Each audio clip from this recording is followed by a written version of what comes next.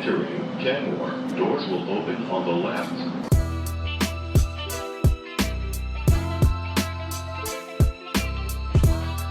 How's it going, everyone? Welcome to episode 38 of Entering Kenmore. I am David Azer, alongside Zach Coe.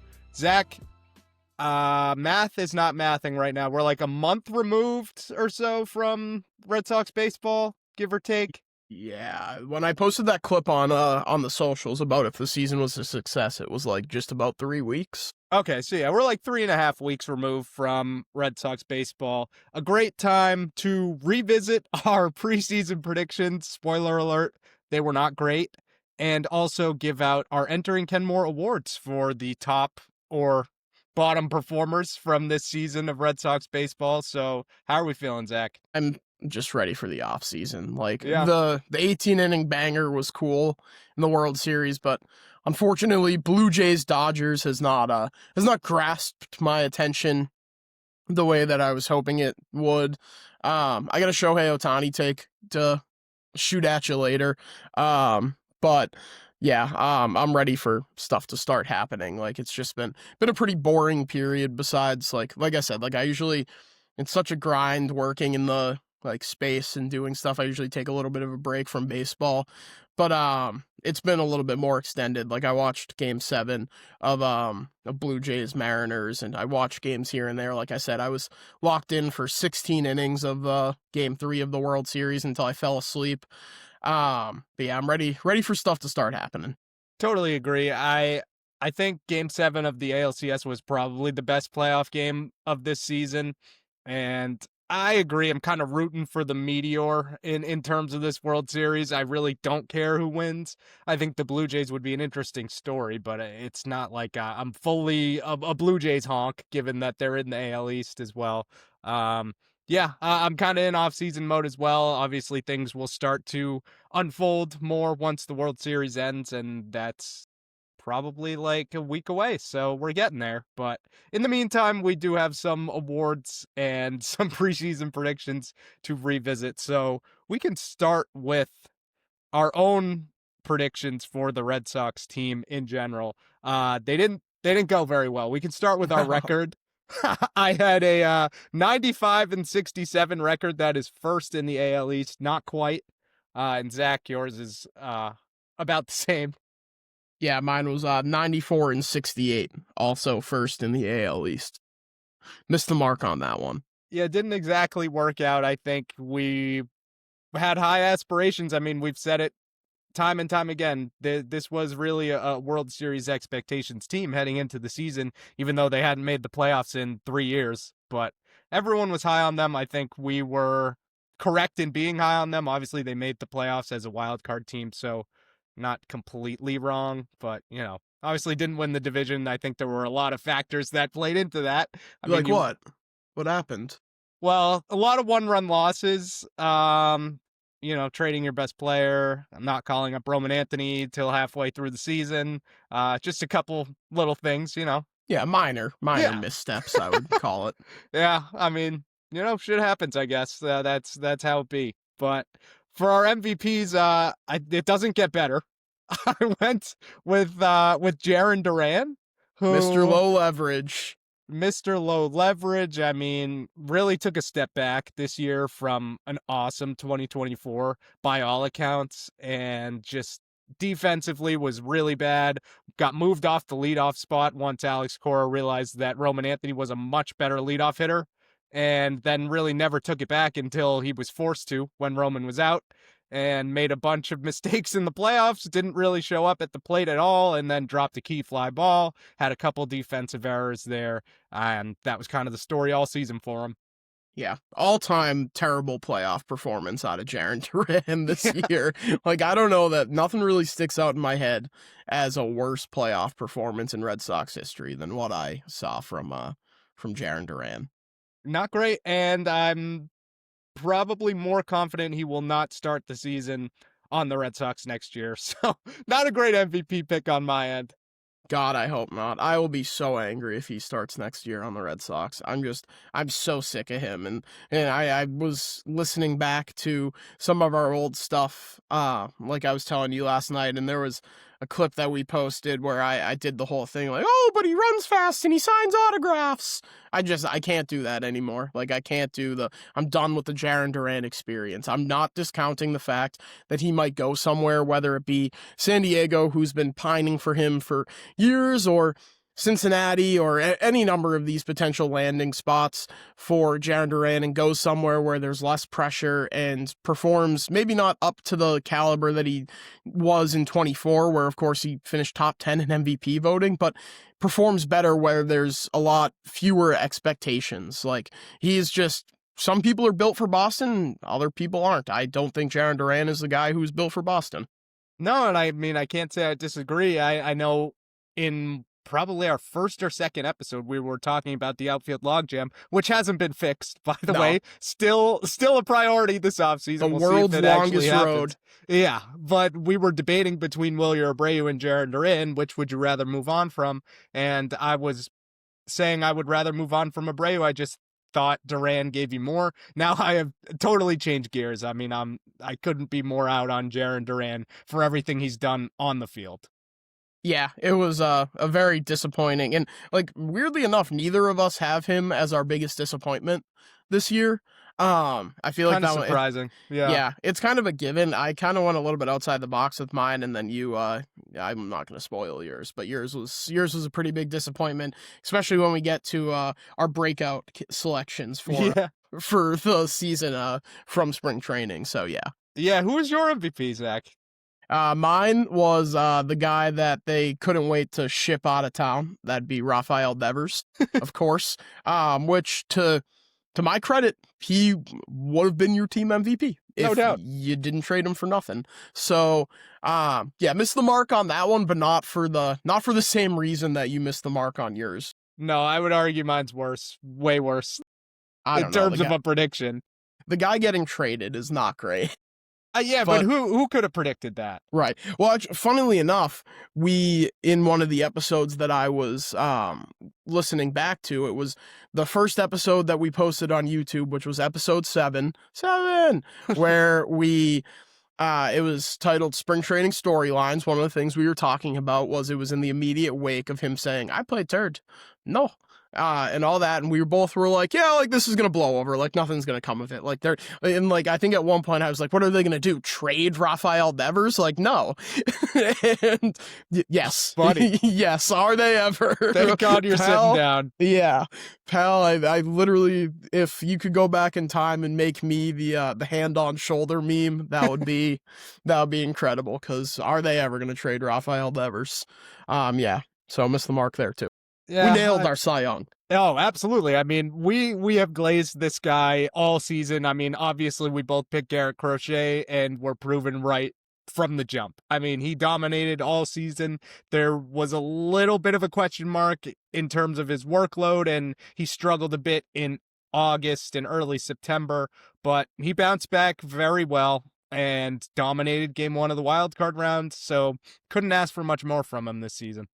Yeah, I mean, like you said, we've glazed him more than enough in our season recap. Almost 2 weeks ago now, we talked about how he was just everything you needed and more. Like, when you went out and you traded for Garrett Crochet, like, in your the top percentile outcome was what you got from him. He's gonna finish top 2 in Cy Young. We're biased. I think he should win it. He meant more to the team that he was on than Skubal did. Like, I do believe that. Like, and I think that he should win it, like I said, but he was, to get the extension done, to go out there, to be the pig, to be your workhorse, to be the guy where it's, all right, it's Crochet Day, that's a win. Like, where you can play, like, pretty much any team in baseball, depending on the matchup, and you're going to be a minus 175, 180 favorite. Like, it's so big time to have a guy like that, and he is, shout out Garrett Crochet. And I've been saying all offseason, you have to build around him now. You have your ace, and it's about establishing a number 2 behind him and maybe some more guys behind him, because the rotation is still a large question mark heading into this offseason. You had a lot of injuries. You dealt with a lot throughout this season. Guys not performing well, guys getting hurt, having to call a bunch of guys up prematurely, and those pitchers in Connolly, Early, and Tolley looking like contributors for the future, but you just weren't expecting it this year. And Crochet was a constant throughout all of that. So I Yeah. think that's a big value that maybe we haven't talked about as much as just being there all season. Right now, I mean that value to those guys, Tolley and Early, to be able to, like, it seems like every time they panned over to the dugout, all the pitchers were sitting together. Crochet and Fitz were like the best of buds doing weird shit in the dugout after Awesome. every big hit. So like the value, especially for Early and Tolley as lefties, to have that guy to pick his brain and be like, how do you do this? How do you do that? Especially Tolley. Like, I think that can be invaluable for Tolley to have been able to sit there with Crochet and just be like, all right, how do you do things? Like, as he develops, like, I think that's going to be a major, major asset for the Sox to have. Oh, absolutely agree. I think we can transition to our breakouts. You mentioned him doing dugout celebrations with Garrett Crochet, and I think that's the biggest breakout that Richard Fitz had this year was just being an electric factory in the dugout. But the on-field performance was pretty bad, and then he got hurt. So I mean, I expected decent things from him this year. I expected him to establish himself as a part of this rotation moving forward. It didn't happen for a multitude of reasons. They also sort of mismanaged his injury return. I remember they brought him back against like the Angels prematurely, and then Hunter Dobbins ended up taking on that long relief. Didn't he get fucking rocked like immediately in that game against the Angels? Yeah. He gave up like 5 homers in the top of the first. And I was working Spanish for that game, and I mean, I don't know, it's tough because like, what do you really kind of expect from Richard Fitz? Like, I kind of think his ceiling is just a fifth starter type of player, and I think he's going to be depth moving forward. But obviously, the injuries weren't great, and I mean, if anything, he's a great director of morale to have in the dugout, which is nice. But yeah, I didn't hate the pick at the time just because it was kind of like, all right, who are we gonna pick? And like, it was a guy that you figured could contribute, and like we've talked about the entire season, really, or the second half of the season, Early, Tolley, Dobbins, like, these are a bunch of guys that you weren't expecting to contribute. Like, Richard Fitz was a guy that you were expecting to contribute this year, right. So yeah, so I mean, I can't hate myself for making the pick. Obviously, it didn't pan out, and neither did Tristan Casas, who we both picked as our breakout. No one is bigger Tristan Casas guys than the two of us. Yeah, and no. It was just a tough watch this year. I mean, you started off slow and then you got hurt. And that's basically been the story of the last 2 seasons, really, for him. And now it's a question mark whether or not he even has a role in Boston anymore. Yeah. I don't know where you stand, but I don't know if it's ever going to happen here for I don't think so for either. Tristan Casas. It's just I want it to happen so bad. Like, I think like I think I've talked about this a lot, but the more that people hate someone, it only fuels me even further to love them even more. So the more that people shit on Tristan Casas, the more that people hate Tristan Casas, the more I love him. And like, everything about him, like, and I think part of it is just rooted in that people don't like him for stupid reasons, like, oh, he paints his fingernails, or he does yoga in the outfield barefoot. Like, he's a little weird. Like, who gives a fuck? Like, if Tristan Casas painted his nails and was socking 35 bombs a year, no one would say a fucking word about him. No. But he hasn't been. And like, eventually you can only grasp on to the second half of, what was it, 23?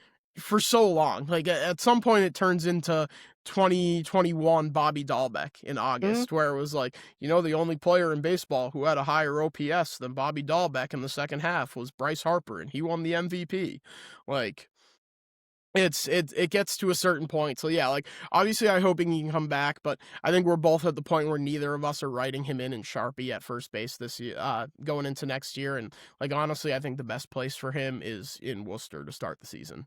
I'm with you there, and I mean they can't put him in Sharpie. I mean they've done that the last 2 years, and it's bit them in the ass because they didn't have a backup, they didn't have a platoon ready to go. It's been a black hole at the position ever since Tristan Casas hasn't been able to stay healthy. And at a certain point, your playoff window is open, your contention window is firmly open. You have to have a more solidified solution at first base. You can't. And I'm fine platooning him if that's how they decide they want to do things, but you can't make him the everyday first baseman at this point.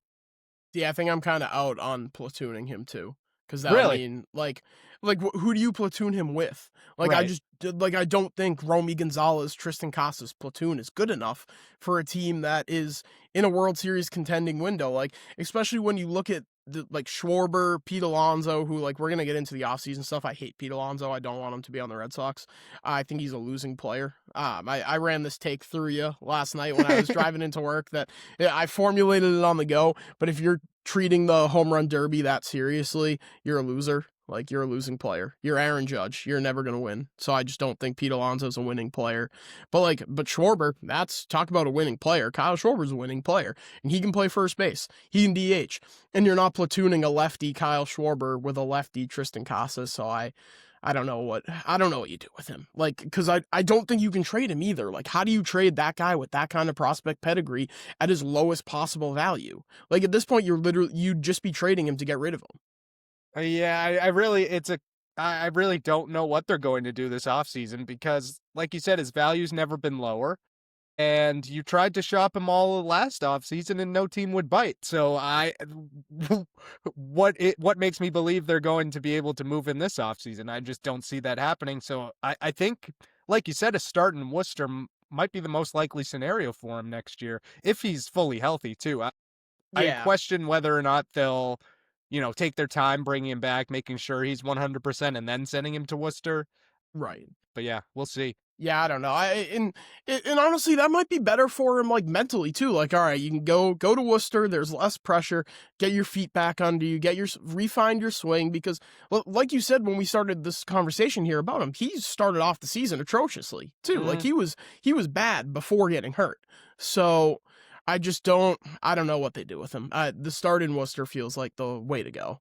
And I think the only breakout we hit on was your pitcher. Yes. Similarly to like what I said about Casas, the more people hate him, the more I love him. Brian Bayo, who I love, and it started when he was just a prospect, and I got into an argument with my friends about Ian Anderson versus Brian Bayo, and I was on an absolute island talking Brian Bayo. I was like, I would rather have Bayo. Doesn't matter. Like, I don't care that Ian Anderson finished whatever in Rookie of the Year voting. Give me Bayo. And for however long, it was rocky for a while with Brian Bayo. Yeah. Last year, obviously, it's a 4.49 ERA, a 4.19 FIP, and he's throwing temper tantrums on the mound. There are games where he can't get out of his own way and just completely spirals, completely unravels. But this year, he was finally able to mature, take a step forward, and obviously, as we learned in the clubhouse, that his family not having visa issues, not being able to be here, took a pretty big toll on him, and this year that changed, and he no longer was a vampire because his kid was waking him up early, so he kind of fixed his sleep schedule, was able to pitch during the day. He kind of matured on the mound, where there were plenty of times this season where something would happen, and you'd be like, oh shit, like here it comes the meltdown, here comes the unraveling, but it never came. So we saw him grow up a lot, and it's something that Cora said, I forget when it was, but it was in a presser after one of his starts where it's like, like that third inning, like last year, like he wouldn't have gotten through that, but it gets rocky for a little bit. He pulls himself up by the bootstraps and you look up and all of a sudden it's the seventh inning and he's still going. So yeah, Brian Bayo, I don't think he's the number 2 that we dreamed on him being, but I think he's a solid number 3 in a really good rotation. I mean, 166 and 2/3 innings pitched this year. Where is it? 3.35 ERA, a 1.23 ERA plus. Like, I think he's finally learning to pitch to the pitcher that he is. He's no longer hunting strikeouts, where last year it was 8.5 strikeouts per nine. This year it's a 6.7 strikeout per nine. So he's finally pitching to contact, which is what he was always built to do. And he finally took the step forward that I've been waiting for. Correct me if I'm wrong. He was the Red Sox 2024 opening day starter. Yes. So we came into 2024 and Brian Bayo had pretty astronomical expectations to be the ace of the staff in really Correct, his second full year, right? Second Mhm. full year? Third. Third? Okay. Oh no, second. He pitched Yeah. 57 and a third innings in 22. That's what I thought. So yeah, second full year of work. And people went into it being like, okay, well, we don't really have another option, so Brian Bayo's our ace. And it was tough. Like you said, we saw a lot of the behind the scenes thanks to the Clubhouse documentary.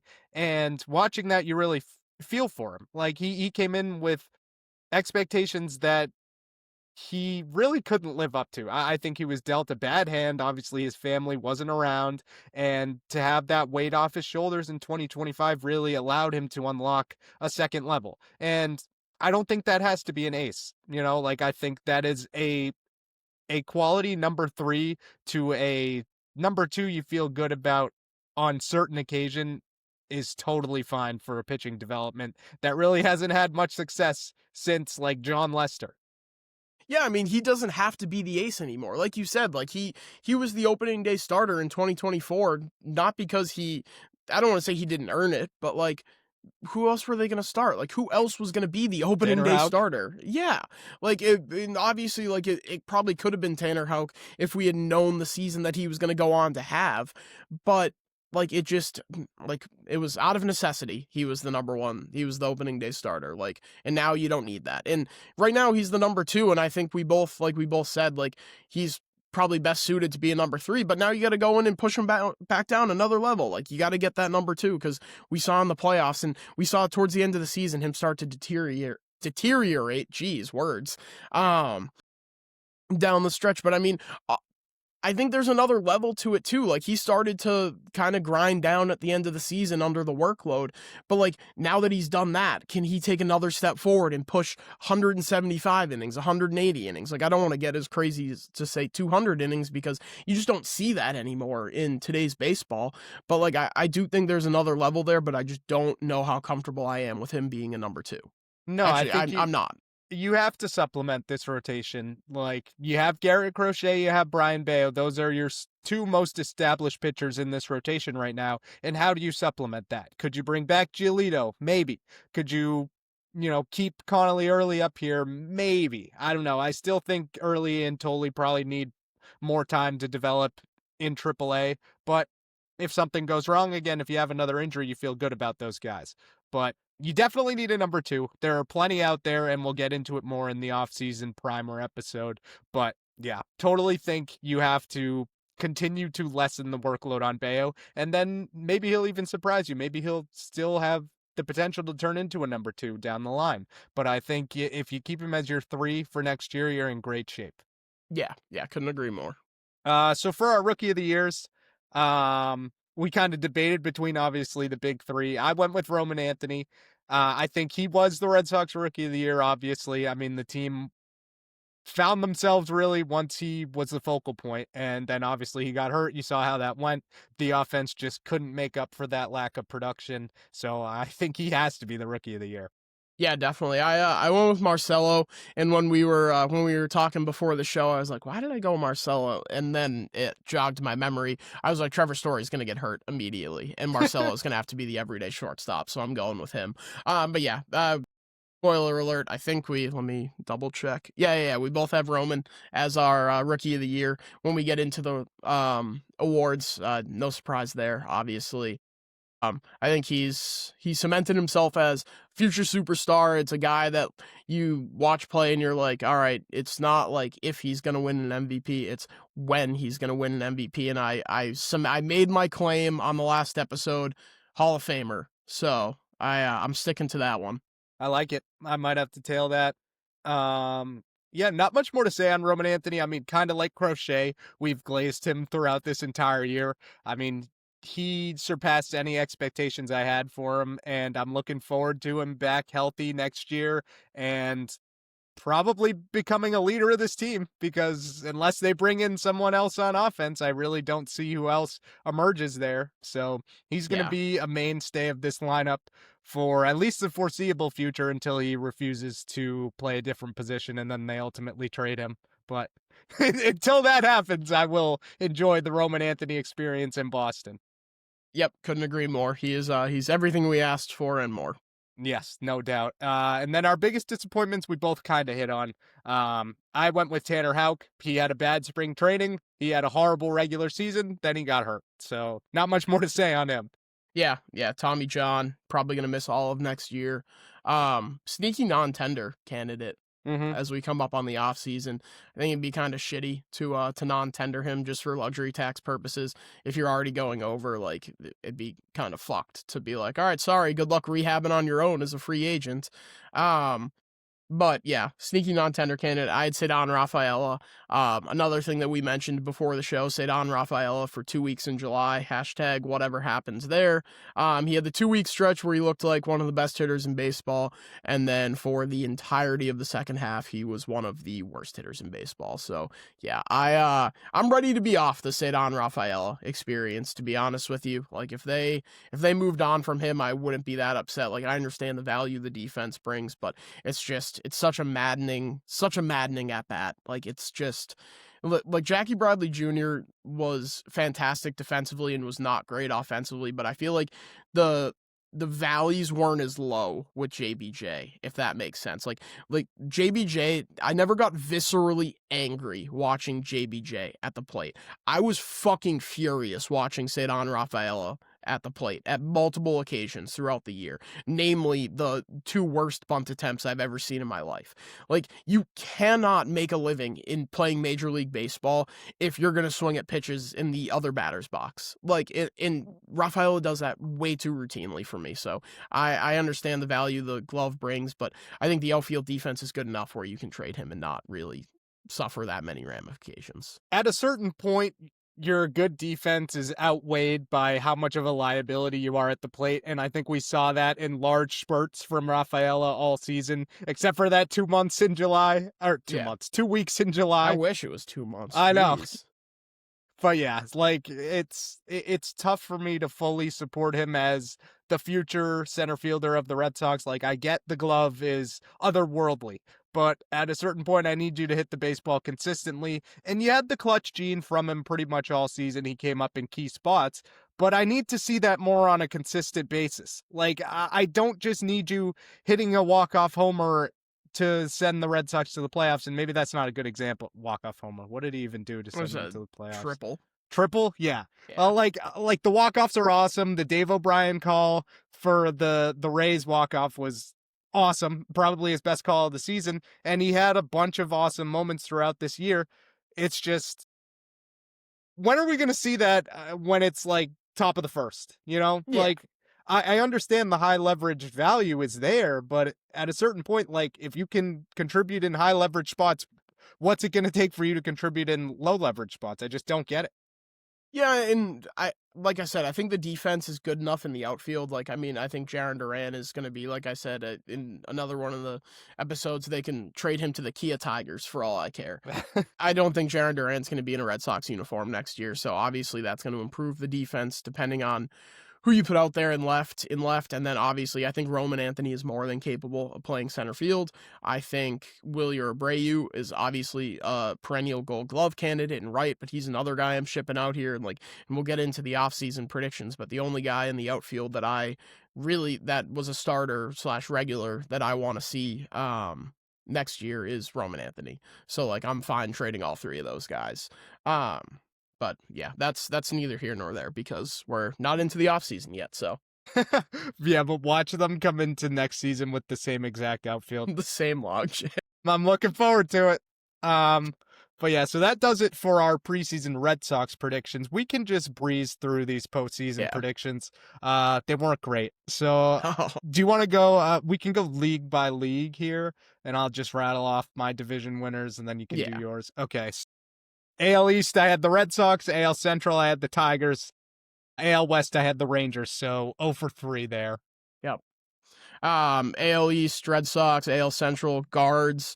AL West, I also had the Rangers. I went 1 for 3 score. Yeah, I honestly, I fear I fell for the Rangers bait. Like I did too. I had an exact matchup ALCS ticket, Red Sox over Rangers. Oh, geez. Yeah, I mean, they had a lot of injuries throughout the season. Their pitching was not as good as we thought. And then Evaldi was pitching really otherworldly and got hurt for a while. And I don't think he gets Cy Young votes. I mean, he was dominant when he was healthy, but it's unfortunate. I mean, obviously, I'm a Nasty Nate guy, and it was cool to see him kind of return to that level of production. But, man, that was tough. And DeGrom put together a healthy season, but you know, it is what it is. DeGrom was good. Leiter wasn't great. The offense wasn't all that good. Corey Seager was hurt.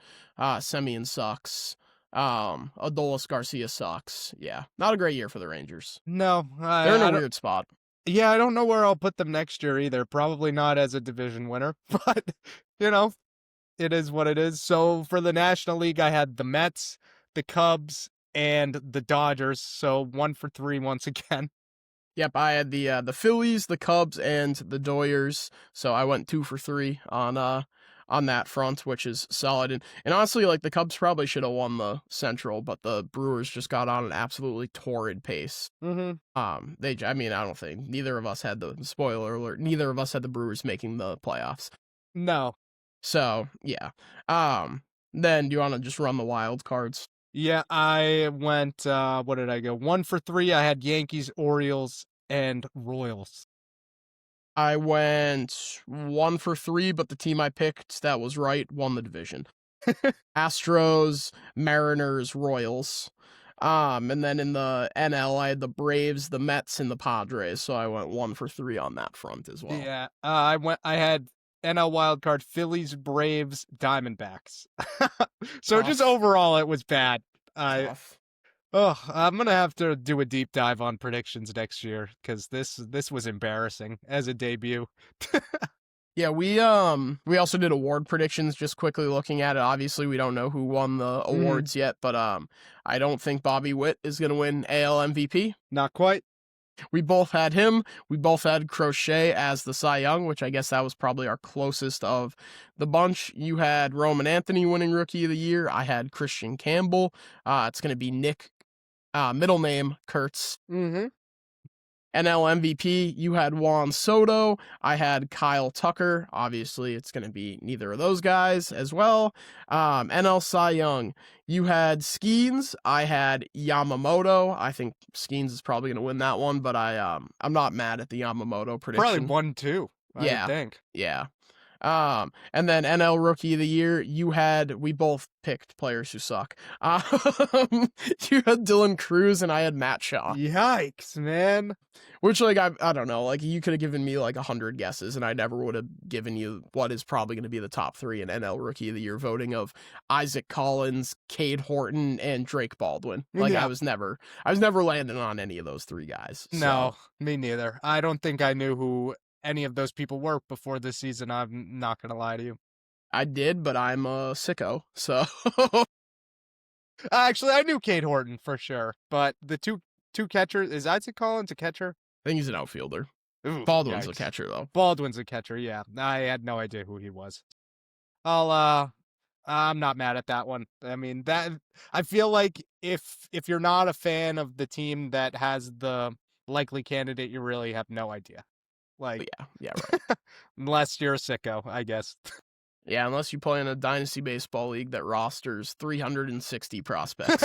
Then you have to be good at it. But yeah, I think is that it for our recap there? Yes. Okay, so we can get into the meat and potatoes of this episode. and that is the Entering Kenmore Awards. This is the first time we're doing this, obviously.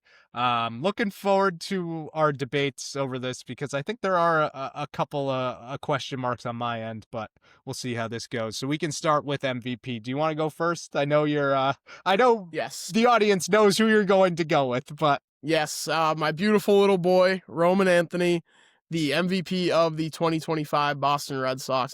I thought long and hard about choosing the same candidate that you picked because, like I said, I wasn't expecting him to stay healthy. He was a catalyst for the team. He was a consistent presence in the lineup for the team the entire season, which I don't think any of us were expecting. Obviously, Roman Anthony was not that. But ultimately, for me, it came down to one thing. When Roman Anthony got hurt, this team fell off a cliff. With Roman Anthony, the Red Sox were on a 162 pace. They went 44-27 with him in the lineup. Without him in the lineup, they went 45-46. And ultimately, that was the deciding factor for me. They won significantly more than they lost when he came in. He popped in, he immediately became a superstar. He immediately took over the leadoff spot, which was a black hole in the lineup for most of the season because of how bad Jarren Duran was. It's just, like I said, he was everything you could have asked for and more, and it sucks that he got hurt because I think it would have been a really interesting conversation between him and Nick Kurtz for Rookie of the Year. And ultimately, it's going to be Kurtz and a runaway, but I think he would have made it interesting. no doubt. And I totally love the pick. It's just hard for me to pick an MVP of the team when they weren't on the team for the whole season. And I totally agree with the metrics and how they were a much better team with Anthony in the lineup than they were without him. And I wish we could have seen him and Rafael Devers in the same lineup for more than like 6 games. That would have been fun. But regardless, my MVP is Trevor Story. And I think I could put him for a bunch of different awards here that we have, but I think he was the most valuable player of this team simply because of his presence. You needed him to put together a healthy season this year. That contract was already a void at this point, and to be able to make up for all that and put together really the best season we've seen since he was with the Rockies, like those early years when he was taking the world by storm as a rookie. I mean, you go 31 for 31 on stolen bases. That's electric. I mean, the homers were working for a large part of the season. It seems like he came up in a lot of key spots, and this was a guy who a quarter of the way through the season, people were ready to ship out, myself included. DFA. Yeah. So it's just a comeback player of the year. I don't know if they even really do that in baseball. They do, but I think it's going to be Springer. Yeah, probably. I think he should be in contention for that award, but at least for the Red Sox, I mean, man, it's great to have him there. His defense obviously took a step back. I hope he's a second baseman next year, but that doesn't mean I hope he's out of the lineup entirely. Right. Like, if you can have him at second base hitting you 25 homers, stealing 30 bags a year again, like, that is absolutely phenomenal. Yeah, I gave serious consideration to Story. I mean, we said it when we went through the previews. I had Marcelo Myers, the Rookie of the Year for the Red Sox, because it was just so hard to envision Trevor Story playing as many games as he played this year. But like you said, his presence in the lineup, he was the one consistent throughout the entire season. He was the only guy that didn't go down with an injury or get traded as far as key guys in the lineup. So I gave serious thought to it, but ultimately part of it is Roman's my guy, and part of it is like I truly don't know where they would be without Roman Anthony after the Devers trade. No, and like I said, it makes sense. I just think what Story gave you different to what you expected him to give you is pretty crazy. So I feel like he had to be my MVP. Yeah, I don't think it's a bad choice at all. Yeah. So Cy Young, I mean, you know who we're both gonna pick. It's Garrett Crochet. I think not really much else to add. We've said it time and time again. I mean, he's the ace that the Red Sox have needed, and I'm very happy that he's here for the next 6 years. Yeah, we've glazed him more than enough. Guy that's top 3 pitcher in baseball. I don't know what combination you want to put them in or what order you want to put them in between Ski and Scooble and him, but he's everything you ask for and more. Since 2017, 2018, Chris Sale, we've been looking for a guy exactly like Garrett Crochet to come in and be like, I'm the guy, I'm the ace, have no fear, I'm the stopper. And so many times over the last 3 years when they haven't had that, it's been like, all right, we're skidding, and there isn't a guy to come in and be the guy that's like, all right, this losing streak stops here. Like, it doesn't matter if the offense isn't going, like, how about 1 run over 7? Like, can you get me 2? Like, he is that guy. Like, and like you said, he's here for another 6 years, and that rocks. Garrett Crochet, man, he is here and he is perfect. So, Yep. That's all I have to say. So yeah, we can move on to our biggest surprise. Do you want to go first? Yeah, mine is your MVP, Trevor Story. I just, like I said, not much to it. I just wasn't expecting him to play as much as he did this season, and also I wasn't expecting him to perform as well as he did this year. I mean, you're talking about a guy who, in his first 3 seasons with the Red Sox, the most games he played was 94. He played 157 games this year. He played 26 games last year. It just, for him to come and do what he did and be that steady presence in the lineup, it's like it's hard to understate how much that meant to this team to have a veteran presence there. Like, and I think his leadership goes a long way too. And I mean, we know what he's been trying to do leadership wise with Camp Story in the offseason and connecting with some of these younger players and boost the defense and this, that, and the other thing, whatever you want to say. But at some point you have to do it on the field. I mean, a 3.8 B-WAR this year for a guy who, like I said, had played Zach versus Math 100 and before this season. Yeah, geez, I'm not going to get there. I'm pretty sure he passed however many games he had played with the Red Sox in his first 3 seasons just this year alone. I'm just going to use my calculator. 20 minus 157. Okay, so he just barely missed it. He played 163 games with the Red Sox in his first 3 seasons here, and he played 157. Yeah, that'll play. I mean, Yeah. best availability. Oh my God. Jeez, Best words are tough for us. ability is availability. I just had a stroke trying to say that. But the point stands. Yeah, and like you said, 31 for 31 stolen bases before he finally gets caught. And like, when you look at things, it was only a slightly above league average bat by OPS plus at 104, but the presence, like you said, was more than enough to get you there. And I think my biggest surprise really came out of nowhere, just as much as Trevor Story did in terms of expectations. That is Aroldis Chapman. Simply put, he put together the best season of his career at 37 years old, simply because he learned how to aim his pitches. Shout out Connor Wong for bringing out the best in Aroldis Chapman, at least on the baseball field. Still a bad guy. I want to make that known. Yeah, not a good guy. But just looking at the stats Weird here, guy. I mean, yeah, weird guy. Lowest ERA of his career at a 1.17, highest WAR of his career at a 3.5. I mean, I could go down the list here. It's just every single time you needed him to come through, he did. Just as much as Garrett Crochet did. You asked him to hold the tie game. He did that. You asked him to come in extra innings. He did that. You asked him to get more than 4 outs in the playoffs, and he did that too. It's a little bit shaky in the playoffs, but regardless, I was on top of extending Chapman before anyone else was on that. Ultimately, they did it. I'm happy he's here for the next 2 years. We'll see if he can replicate this, because, I mean, it's hard to expect anyone at age 38 to be pitching like he did last year, but I mean, I've been proven wrong once. I have no reason to doubt him at this point. Yeah, back-to-back career years at 37 and 38 is a lot to ask for, but I mean, I think he can, like, still a path to him being one of the best closers in baseball next year and not putting up this kind of historical season. But it's something that we talked about before too, where in spring training, nobody was like, Aroldis Chapman's going to be the closer of this team, let alone Aroldis Chapman's going to have one of the best seasons for a closer in Red Sox history, because that's what we watched. Like, ultimately, when you talk about that, it's like, it's 2013 Koji Uehara and it's 2024 or 2025 Aroldis Chapman. Like, those are the two in my mind. And nobody, like, I was ready to make Justin Slayton the closer. Everyone just thought it was a given that Liam Hendricks was going to be the closer of this team. And they couldn't tell him to go away fast enough when he came back.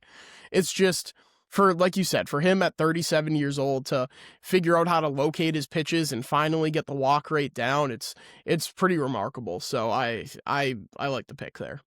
Yeah, not much more on Chapman. I think it's funny that I predicted Liam Hendricks to be the closer at the start of the season, and he put together a season like that. How many saves did he finish with? 32.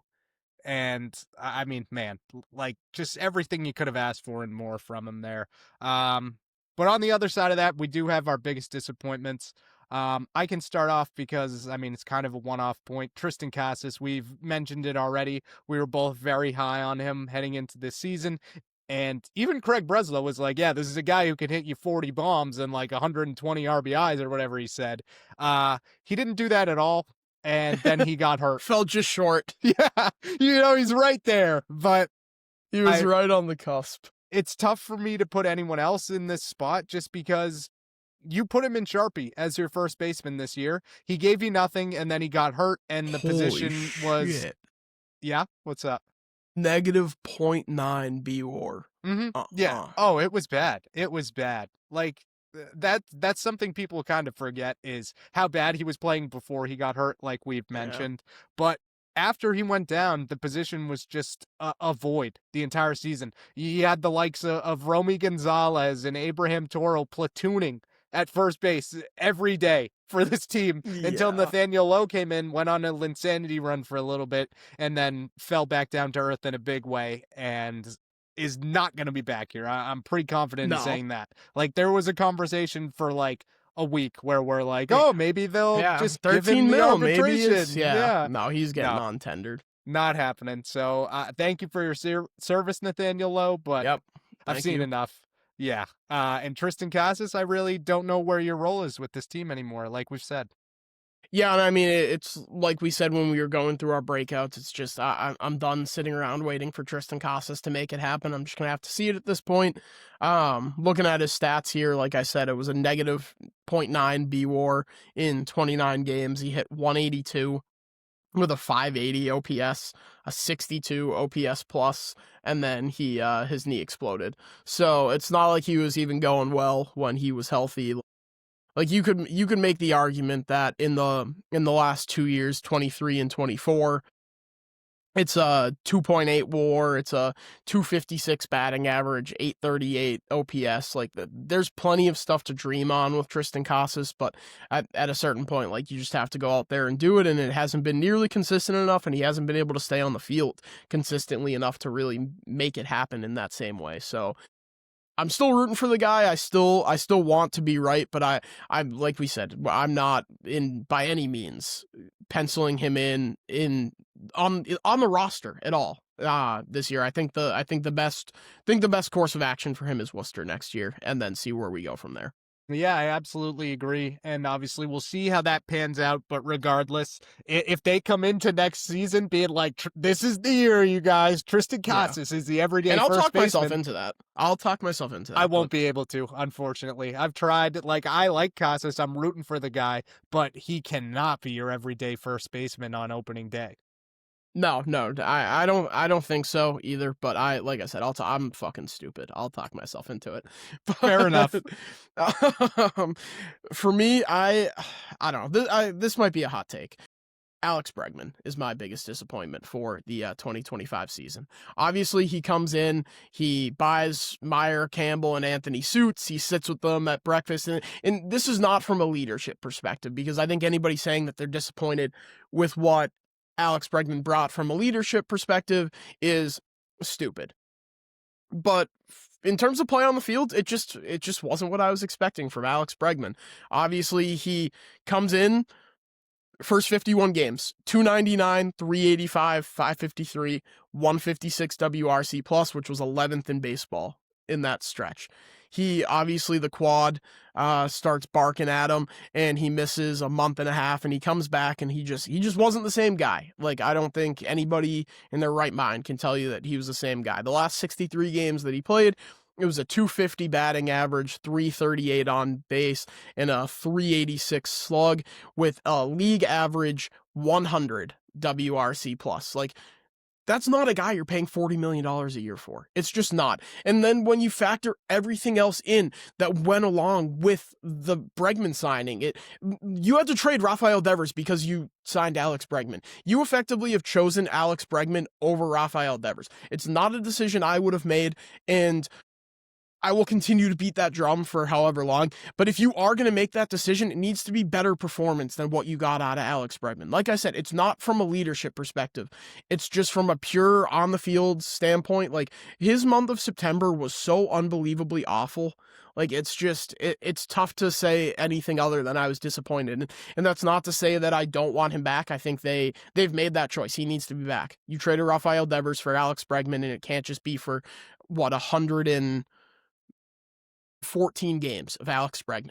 You cannot have traded 9 years of Rafael Devers for 114 games of 125 WRC plus play from Alex Bregman. That just can't be the move that you make. So all things considered, I wasn't super thrilled with what we got from Bregman, especially after the injury. Well, the problem is also that he's a Scott Boras guy. Like, you're going to have to overpay for him just to bring him back. And you've screwed yourself because you don't have a backup plan. Like you said, that deal is going to be worse. It's going to be worse than Devers. Will. It's going to Devers' deal isn't bad. I agree. I think, giving him $30 million a year for the production he had, I was totally fine with. And they're acting like, oh, we got out of this horrible contract and we're going to reallocate that money. Anchor around our necks. Yeah, well, now half that money has to go to Alex Bregman, who's older and probably worse. Like, you could argue that the same amount of money per year is going to go to Alex Bregman as it would. You're paying Devers like 30 and change a year. Like, I don't think anyone would be surprised if the Bregman deal comes in at 6 and 180. That's probably where I'm at with that. For an older and worse player. Like, I don't want to go more than 6 years just because of the age, but you might have to. Like, you really have no other option besides bringing him back. And I am optimistic that he returns more to form next year, hopefully without an injury-riddled season. Like, you really saw that drop-off once he came back. He wasn't even running well. Like, it's very clear he rushed himself back because the team was kind of floundering at that point.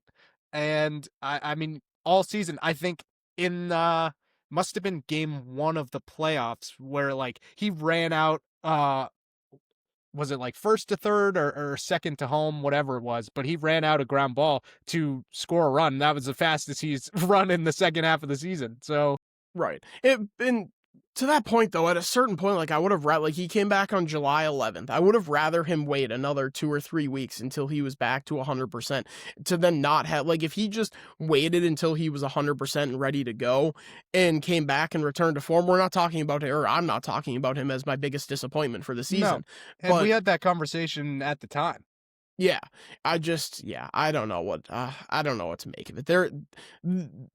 It's hard for me to understate how colossally stupid I think that it was to trade Rafael Devers and choose Alex Bregman over him. They could have coexisted. They should have coexisted, but they couldn't because you were too stupid to manage. You were such a poor manager, not Alex Cora, but Craig Breslow. You were such a poor manager of people and players that you couldn't be upfront with. And actually, I will put a little bit of this blame on Alex Cora too, because the entire offseason, every time there was a microphone in front of his face, he was talking about Alex Bregman like he was the greatest second baseman of all time. So, like, it's like catastrophically stupid is what it was. Bregman hit .216 with a .640 OPS in the month of September.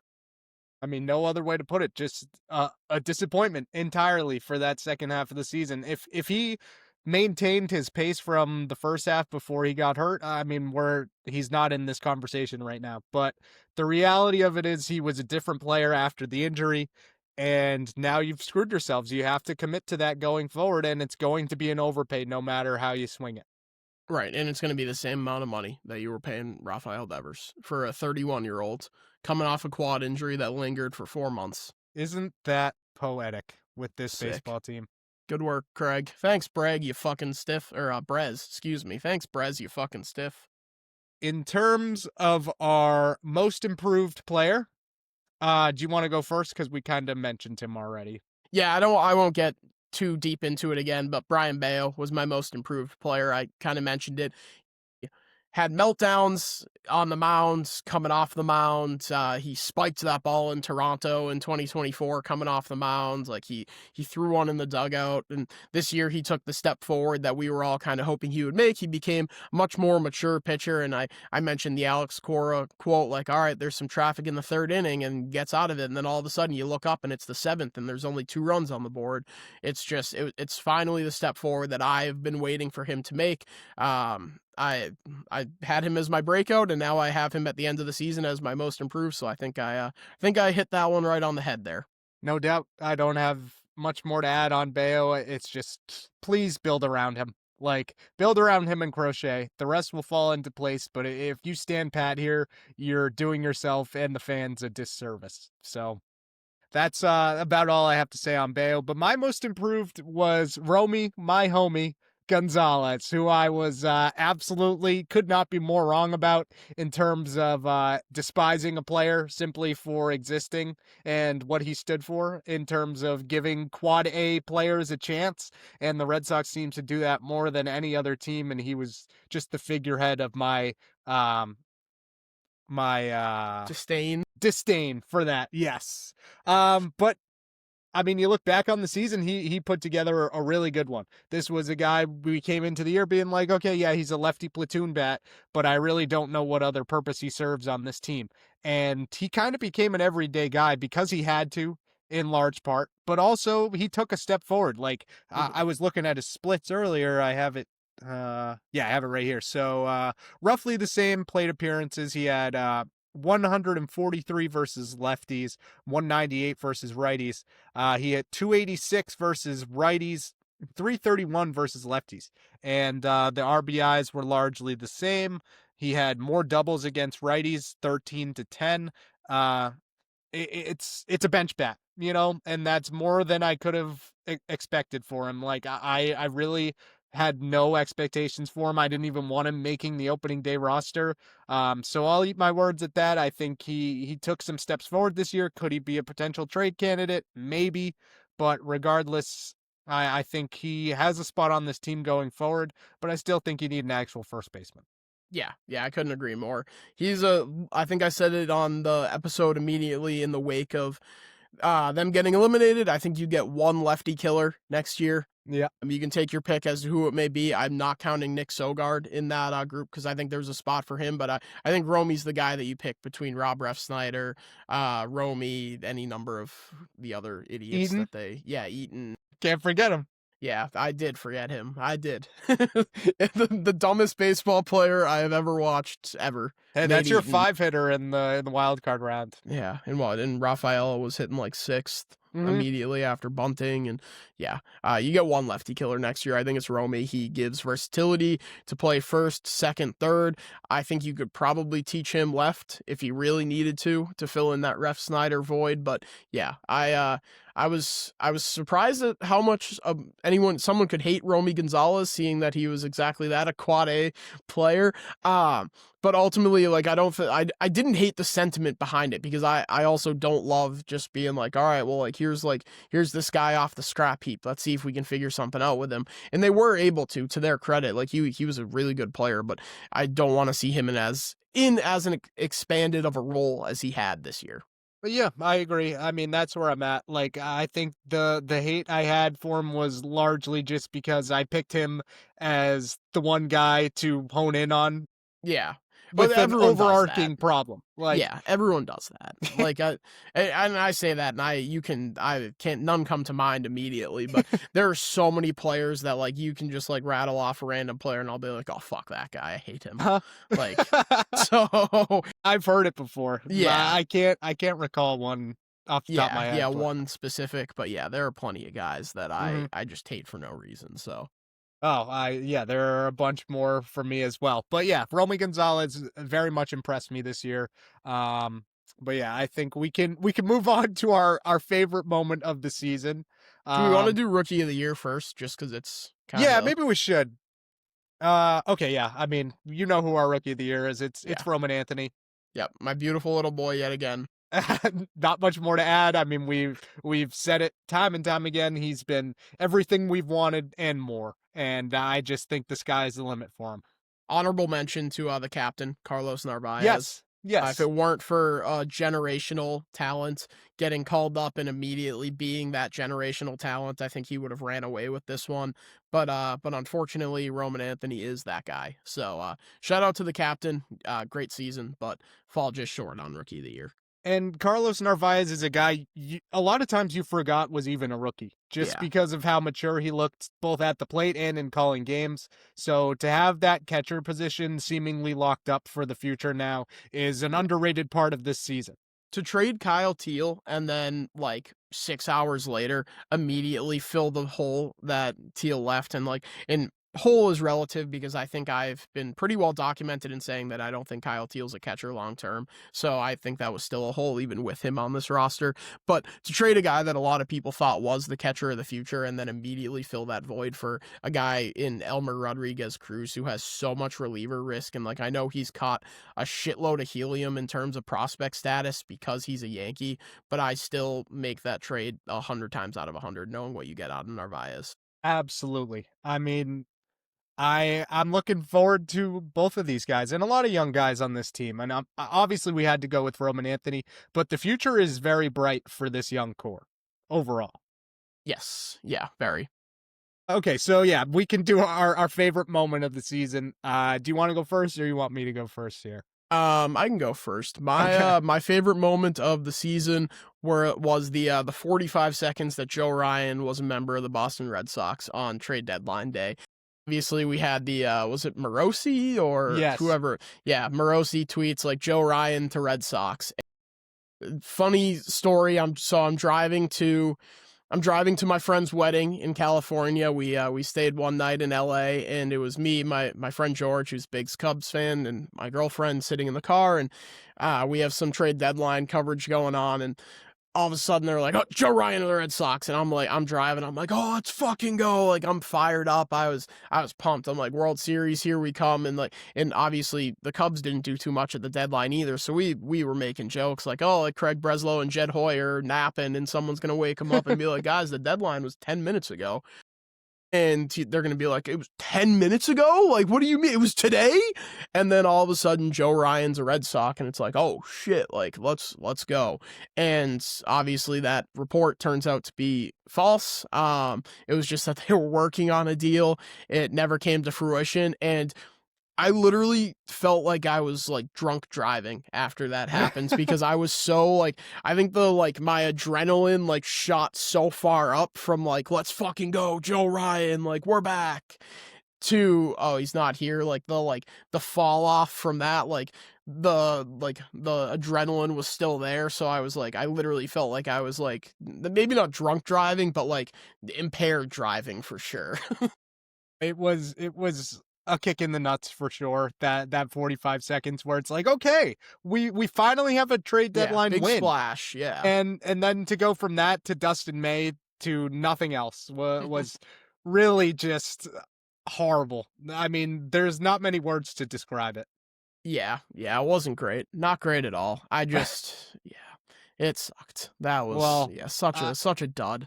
How confident are you that Joe Ryan is still a Red Sox this offseason? So the thing is that I don't know that he's my number one target. Now that we know, now that we know some of these names that have been floated around, Hunter Green, Freddie Peralta, we're gonna hear more names as the offseason progresses and as teams start to formulate their plans. But honestly, I think both of those guys that I mentioned, Hunter Green and Freddie Peralta, I think both of those guys are ahead of Joe Ryan just in terms of age and honestly ability. I think both of those guys would be above Joe Ryan. I think they are going to make that splash. I just don't know that it's going to be Joe Ryan.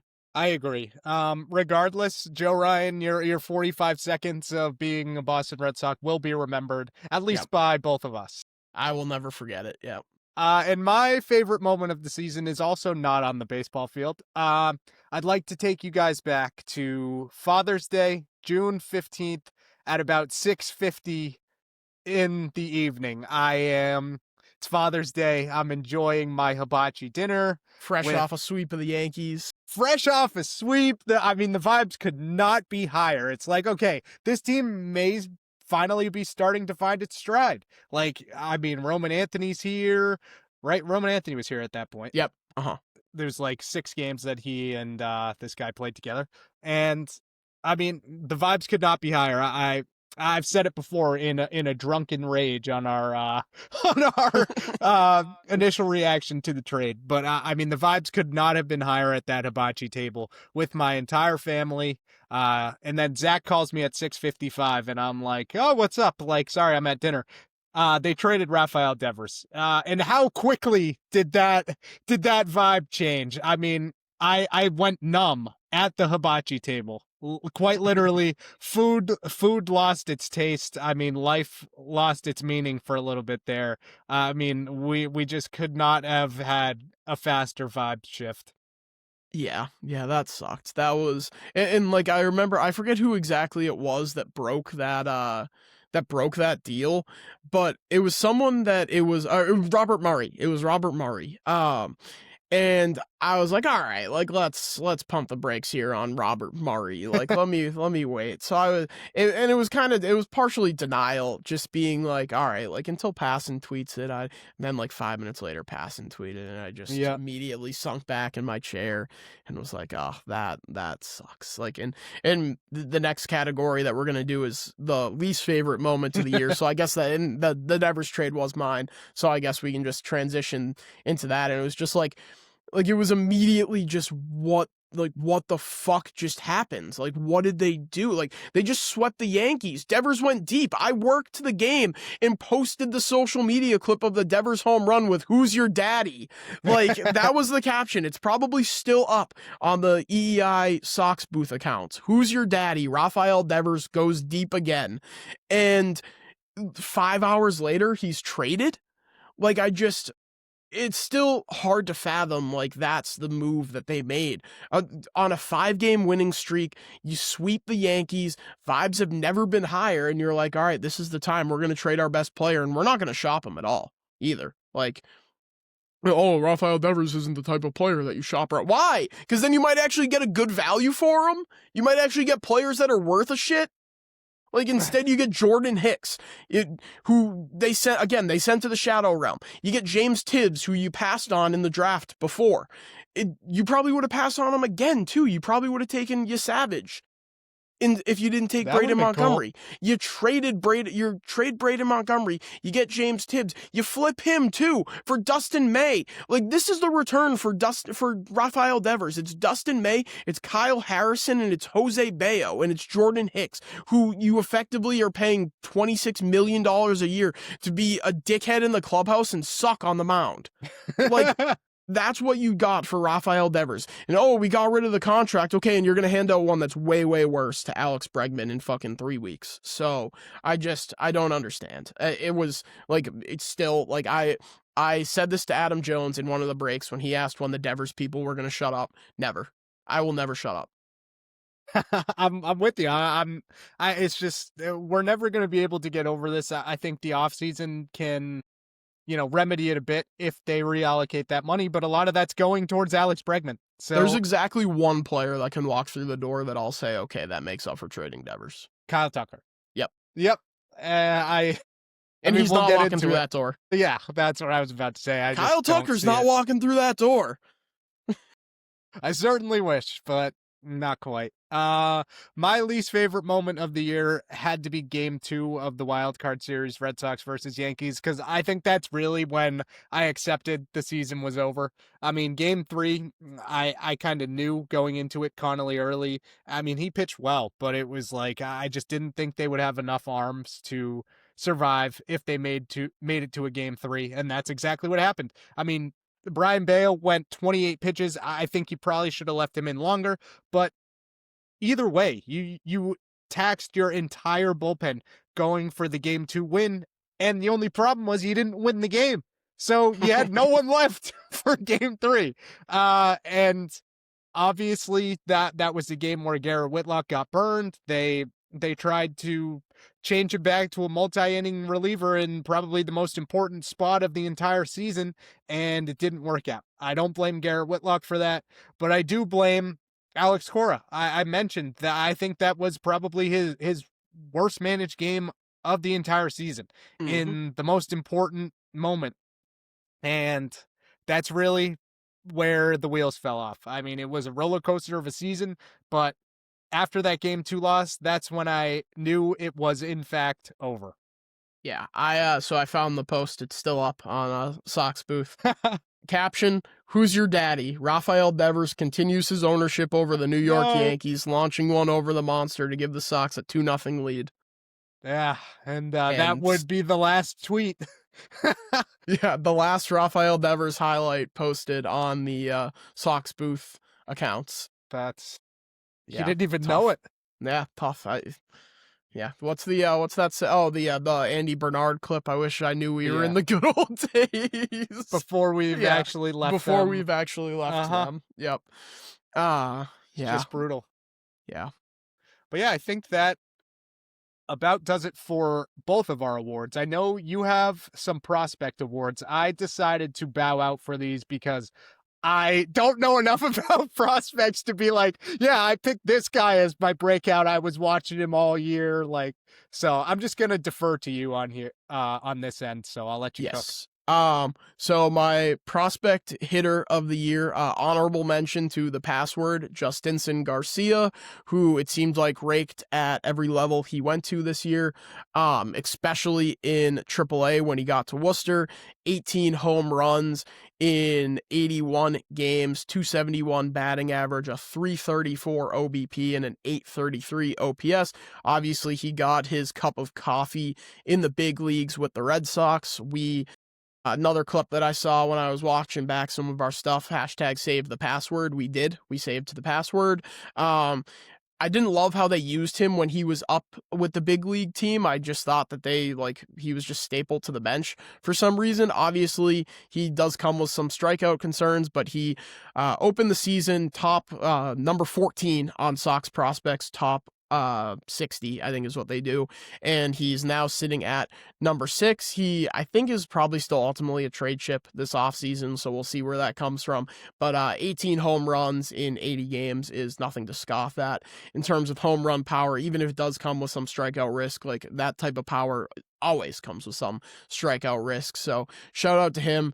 But my true prospect of the year hitter, if you've been listening to this podcast or if you know me at all, my number one prospect crush in the Red Sox organization now that Roman Anthony and Christian Campbell are no longer prospects, Justin Gonzalez, the 18-year-old from the Dominican, Big Justin, 6'4", 210. This was his first year stateside at 18 years old. He flew through the Gulf Coast League. He played only one game there.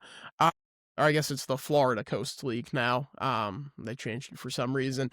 And then in Single A Salem, he hit 298 with an 804 OPS in 81 games before getting a cup of coffee at just 18 years old, first year stateside in Salem. The results obviously weren't as good. It was only a 186 batting average and a 451 OPS, but to me, the fact that he was able to blow through 2 levels in his first season in the U.S. at just 18 years old is a massive, massive jump for a guy that I'm really excited about in terms of a power hitter coming up through the system. Like, I think if there's one guy that's got next, it's Justin Gonzalez. A lot to be excited about him. I mean, I like I said, I really can't speak a lot on these prospects, but he was a guy who I saw highlights of consistently, him just nuking baseballs. So, I mean, the future has to be bright for this guy. What do you think in time frame wise? Like, Sox Prospects has 28. as his Okay. ETA. I mean, he's only 18 years old, and like I Right. said, it was his first year in the U.S., and a lot of times it's hitters that thrive in the Dominican League, which is where he was playing. Obviously, before this year, he opened the season at 19 in Sox prospects rankings, and he's all the way up into the top 10. He's number 9 Wow. now. So I think, like I said, like for him to get to Greenville in his first year playing professional baseball in the U.S. is a really bright sign to me. Like, I mean, this is a guy who, depending on how things go and what adjustments he's able to make in the offseason, and then they're going to open him in Greenville next year. But this is a guy that by the end of next year could be pushing Double-A at 19 years old. So we'll see. We'll see where that comes in. And I'm starting to see him pop into some back ends of the top 100 for guys that aren't necessarily like the mainstream prospect guys, but guys on Twitter that I follow that are pretty plugged into the prospect game are starting to give him some notoriety. So shout out Justin Gonzalez. Dude, 6'4", 210 as an outfielder. I mean, Yeah. that's pretty crazy. Yeah, we'll see where he actually sticks. The Sox prospects scouting report says that he is the arm to continue to play right field. I just don't know how much you want a guy that's 6'4", 210 playing right field at Fenway Park. At Fenway, yeah. Yeah, so we'll see where he ultimately lands. I would guess probably first base, but there's still so much time to figure that out for him. Yeah, but I am excited to keep hearing his name and keep seeing those moon bombs. Yes. I have the prospect of the year pitcher, Peyton Tolley, guy that we've harped on it a bunch. Never was expecting him in his first professional season coming out of TCU. They drafted him in the second round. And sure, he only has one pitch. It's a work in progress. But for him to fly through the system like he did, like this is a guy that started in Greenville this year, and he contributed meaningful innings for the Boston Red Sox in a playoff, in the playoff stretch, down the stretch in a playoff run on a playoff team. Like that means something to me. This is a guy that I think by far has the highest ceiling of any pitcher in the Red Sox organization right now. That's including Luis Perales, that's including Connolly Early, Kyson Witherspoon, any number of these guys. I think Peyton Tolley is the guy that has the absolute highest ceiling. So he is, I think picking anyone else to be the pitching prospect of the year for the Red Sox is malpractice. I mean, this guy dominated his first start. It was ultimately ruined by Greg Weissert. And then you kind of saw the lack of secondaries bite him in the ass. But I'm still super high on Peyton Tolley being a part of the future of the Red Sox. And I think people are quick to be like, let's move on from this guy. Jeez, I don't know what just happened. But people are so quick to include him in these mock trades. There are plenty of other guys I would rather move on from. I think Tolley has one of, if not the most upside in the entire system at this point. Yeah, definitely. Then I'm not going to do my pitching prospect disappointment because I don't really think that there was a guy who I had crazy high expectations for. I initially had Brandon Clark as that guy for disappointment, but when I kind of dove into it, it wasn't wildly disappointing. It's just a guy that caught a lot of helium. There was a Baseball America article and YouTube video about this is the guy that has next up for the Red Sox in terms of pitching development and the pitching pipeline and whatnot. Fifth rounder in the 2024 draft. Super raw stuff, but it's really electric. He can get up over 100, but control was the issue for him. You saw him poking into the back end of Baseball America's top 100 to start the season. He ultimately fell out because of that control, but not a guy I'm giving up on by any stretch. And honestly, they have completely revamped the pitching development system here where it's kind of hard to be like, oh, this is a disappointment because all these guys have taken steps forward, whether it be Clark, Tolley, Connolly Early, Dobbins, Fitz, Yordany Monegro, Luis Perales working his way back from Tommy John. There's a lot to look forward to in terms of the pitching development. And it's something that we talked about in the last episode or 2 episodes ago. That's kind of the golden goose in terms of development. If you can develop cost controlled starters, you can really do anything you want with it because you can either use those guys and they're valuable pieces in your rotation, or you can use them as trade chips because cost controlled pitching gets you more than anything in terms of trade return. Absolutely. And I mean, I think you saw the pitching lab really come to form this season. And that's a large reason why I'm excited for a lot of these young arms in general. Like, I just think we were going back and forth on is the pitching lab real or not? I think we can confidently say it's here. And I'm just looking forward to the development of all these pitchers and seeing how they either factor into the major league roster or what kind of pieces they can get you in a trade. Yeah, I couldn't agree more. And then just quickly, I'll run through. I do have a hitter that I was pretty disappointed with. That's gonna be Yoelin. I don't know how to say his name. Yoelin Cespedes, second baseman, shortstop. He's 19 years old, so certainly not. The book is not closed on him by any stretch of the imagination. But this was a guy who, in 2024, which was his first year stateside, was peeking into the top 50 prospects, depending on where you looked. It was 319 batting average, a 400 OBP, 1015 OPS in the Florida Coast League. He ultimately ended up getting hurt when he got promoted to Salem and didn't play a single game for them. So that was a guy that I was looking at as this year being like, all right, he's going to pick up where he left off. It's going to be more of the same for Yoelin Cespedes. He's a guy that's going to start to skyrocket up the rankings, and instead it was the exact opposite. He was never able to really get it going in 110 games in Salem. He hit just 227 with a 668 OPS, and now let's see where he is on Sox prospects. He is all the way down to 19 in the system. Him and Justin Gonzalez have essentially switched spots. Gonzalez was 19, and now he's 9. Cespedes was 9 and is now 19. So, yeah, not super thrilled with Yoelin Cespedes, but now at age 20, he has a lot to prove going into next year, if you're asking me. Yeah, I mean, I don't have much to add on him. He is related to Yoenis Cespedes, correct? I don't know, actually. I want to say he is. I feel like I've heard this before. Because there's also like Yoel Quinn Cespedes, who was a White Sox prospect that never panned out. Oh, maybe that's who I'm thinking. Okay, no, he is not related. Okay, yeah. I feel like there was a brother that. Yeah, I feel like you're right, but I don't know for sure. No, I guess it's someone else. Honorable mention for that one, for most disappointing hitter prospect was Miguel Blay, who I think he's probably going to get left unprotected heading into the Rule 5 draft. I don't think he's going to get selected. But it's just a guy that, like, I mean, it's tough to live up to Baby Acuna comparisons. Yeah. But like obviously he was never gonna, like, most likely never gonna live up to those comparisons, but it just wasn't the season I was looking for out of him. I mean, he had injury concern not injury concern. He was injured in 2024.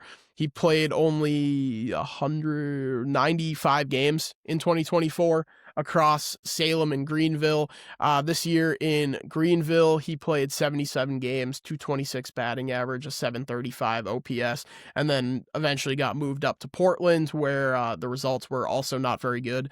209 batting average with a 554 OPS. This is a guy who he won I think it was Defensive Player of the Year in the system this year, but it's just a guy who has speed and defense, and I don't know if he's ever going to be anything more at this point. Like I said, he's Rule 5 eligible. I can't imagine he's going to be selected. So another guy I wanted to ask you about before we wrap up here is Franklin Arias, who is 24th in the top 100 list, at least for MLB.com. It's a guy that people are pretty high on, but most people expect him to be moved in a potential deal for a starter. Where are you at with him? Yeah, so I like Franklin Arias. Like you said, he's 24 in the top 100 right now, but he's a shortstop. So number one, you presume that he's blocked. And number two, he's only 19 and he's pretty far away. And as you're talking about a team that's moving into its contention window, like that doesn't really fit with that. So I think he's probably pretty comfortably their best trade chip right now. So I expect him to be moved. But he's not necessarily a power hitter, 5'11", 170. But again, at only 19 years old, there's plenty of space to add some muscle and add some frame onto that. But I'm not necessarily expecting him to be in the organization beyond this offseason. That's where I'm at too. I just know his name has been floated in a lot of these potential trades. So was curious to learn a little bit more about him. Yeah, he's a guy that caught a lot of helium this year too. And I think part of it is just like the drain of the system. Like, Right. I mean, he was obviously a pretty highly regarded prospect moving into things, but now as he's playing more stateside, this is his second year in the US after his age 17 season in the DSL, and then the results in Salem were crazy. Almost a 350 batting average with a OBP over 400. Like I said, the slugging just wasn't there. Like, he's not going to hit for a ton of power right now, given his size and stature. But everything else was really good. I mean, this is a guy that jumped 3 levels this year at age 19. So obviously getting a cup of coffee in Portland at the end, just 10 games, but pretty solid success there.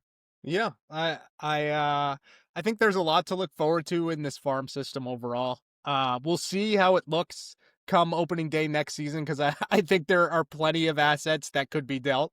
But yeah, did you have anything else on the awards overall, or No, I don't think so.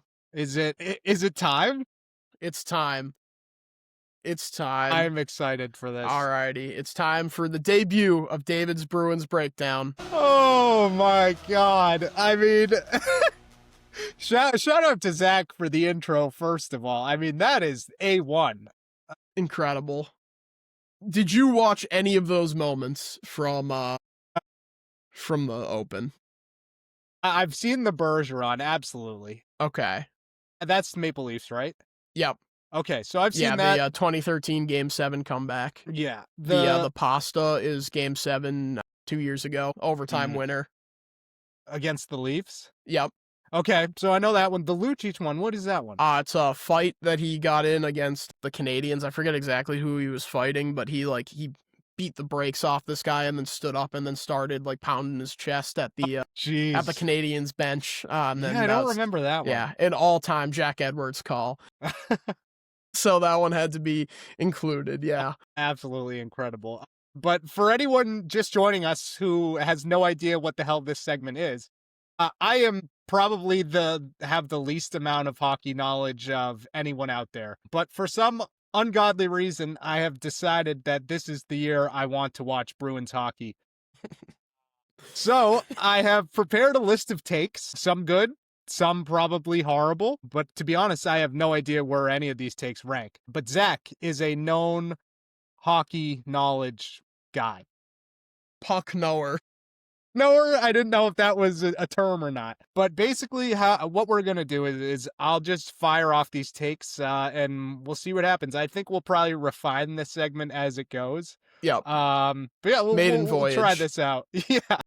Yeah, you picked quite the season to be like, you know what? I'm the bees. I'm all in on the bees. It's been horrible. Yeah, this was a team that I was not high on going into the season. I had them on McKenna watch from the second that they signed Tanner Jeannot, and man, who else did they bring in? They re-signed Henry Jokiharju. Yeah, they traded for Victor Arvidsson, who sucks. Oh, man, I don't even remember. What were some of the other moves that they made? Not good. None of them good. None of them bad. good. Yes. Yeah. Bringing back Sean Corrali. They have 2 fourth lines. That's cool. Yeah. Not a good year. They're, as Jones and Keefe have termed it, they are gagging for Gavin. Well, I think that's a good place to start because the first take I wrote down here is this team is not very good. Yeah. No, that's right. Good take. It's that I mean, to expand on it a bit, you start off 3-0. They weren't great teams. I mean, No. you beat the Blackhawks. That was a cool overtime winner from Fraser Minton. Aside from that, not much of note. I mean, shout out Marco Sturm for getting his first win in his first game as a head coach of the Bruins. But it was all downhill from there. Yeah. And the wind has been taken absolutely out of the sail. If there ever was any wind in the Bruins sails, I think it's safe to say it's gone forever. Yeah, definitely. And the first real team they played in the Lightning promptly beats them. Absolutely destroyed them. So you beat the Blackhawks, who stink. You beat the Capitals, who the Capitals was like an okay win in the first game of the season. Like, I don't think they're gonna light the world on fire by any stretch, but they're all right. And then the Sabres was the other one, right? Yes. Yeah, the Sabres suck. Or no, the Rangers. The Rangers, who they have scored at home by now, but they had the longest stretch ever of not scoring at home. So you beat the Capitals, you beat the Rangers, you beat the Capitals again, you beat the Blackhawks. So you're 4-0. Or no, one of these must be a preseason game. I feel like one of them I has to don't. be. Did they beat the Rangers? I feel like they didn't. No, they did. I'm Oh no, that was already- preseason. That was preseason. I'm dumb. ESPN doesn't separate it. So you beat the Capitals, you beat the Blackhawks, you beat the Sabres, and then you lose to the Lightning. And I'll let you keep going on your takes before I give mine, because it might be one of yours. Okay, next up here, Jeremy Swayman still sucks. Okay, so I'm lukewarm on this one. Okay. I let it be known that Jeremy Swayman has completely, like, he's beyond the point of redemption with me, because I think the whole contract situation, which I will side with the players in their contract negotiations and their holdouts 99 times out of 100. But the way that Jeremy Swayman handled this holdout last year was so unbelievably pathetic, to be like, I went to Maine Business School, I know what I'm worth. Like, he is a Mensa. Like, he went to Columbia. Like, he went to some, like I said, like, he was a Mensa. Like, okay, dude, you went to Maine Business School. You know your worth. I'm all for players getting their worth. But I also understood the hesitation from the Bruins side, being like, well, you've never been the guy. You've been splitting the reps, this, that, and the other thing. But he just became such a douche in the way that he was talking in the media, that I just was like, all right, man, like, I hope you get paid. I hope you get your bag, but I just do not like you anymore. So, then on top of it all, he held out. I know my worth. He gets what he wants, 8 whatever million, one of the top paid goalies in the league. And then he sucks. And last year, he was fucking awful. And I think he'll tell you that he was fucking awful last year. This year, I think it's just the defense has been so unbelievably awful. Like, obviously, you have Hampus Lindholm, who I know you have a take on him, goes down in the second game of the season and is only just back. You have Henry Jokiharju, who sucks, Mason Lohrei, who everyone has been waiting to take a step forward for the last 2 seasons, and he's health bombed last night because he's just not getting the job done. And on top of that, Charlie McAvoy being one of the most overrated defensemen in the NHL. Like, I think more of this is on the defense than it is on him. Like, the Vegas game, for example, where they give up 6 and lose 6-5. Like, I think that was so much more on the defense than it was on Swayman. Like, the one play, like, that sticks out in my head above all else in the short season is a power play goal that Pavel Dorofeyev on Vegas scored, where Henry Jokiharju just watched him. Like, he just stood there and watched him skate right in front of the net, dangle Swayman, and put it in. Like, I think it's more the defense than it is Swayman. Yeah, that's fair. I mean, another one of these takes I had is defense also still sucks. So yes, yeah, that one might be a winner. Here's another one. I have Tanner Jeannot, ? I think I kind of like Tanner Jeannot. I think he overpaid for him in the offseason, absolutely. But the Bruins have always been, I mean, as long as I've been watching or not watching them, they've always been a physicality first type of team.